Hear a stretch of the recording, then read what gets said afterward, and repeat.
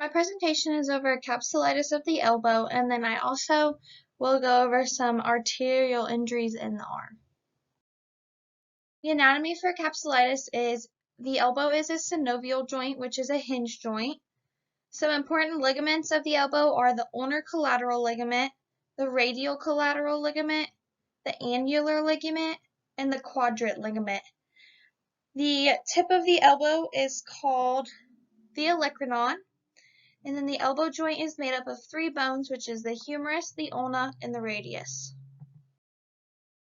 Anatomy of arterial injuries. The main arteries for this is the ulnar artery, the radial artery, brachial artery, axillary artery, and the subclavian artery, and then there's also the median artery in there.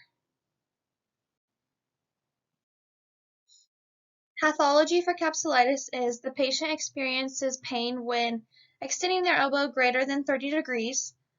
Factors that can cause this is arthritis in the elbow, post-traumatic injury, bicep tendon tear, infection, and congenital and degenerative conditions. The mechanism of injury of capsulitis is there's no true mechanism, but past conditions like arthritis and injuries like a previous fracture or dislocation of the elbow can lead to this.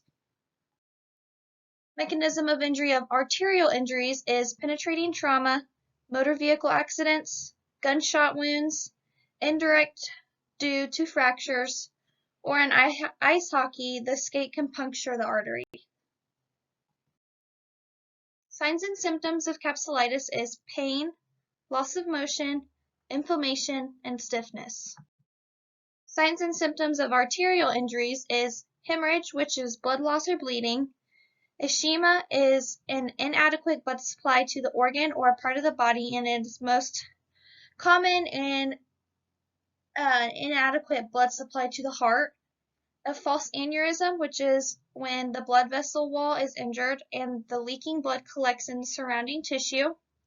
And then arteriovenous fistula, which is an abnormal connection between an artery and a vein. Special test for capsulitis is the basic elbow extension, so you want to take them through various ranges of motion of extension and various degrees to get them to full extension. Predisposing factors of capsulitis is having arthritis of the elbow, age, previous injury, infection, congenital conditions, and if you've had a radial head fracture or a complex fracture with a dislocation of the elbow.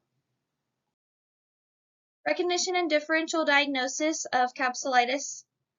Recognition would be not being able to extend the elbow more than 30 degrees and pain at the elbow and stiffness.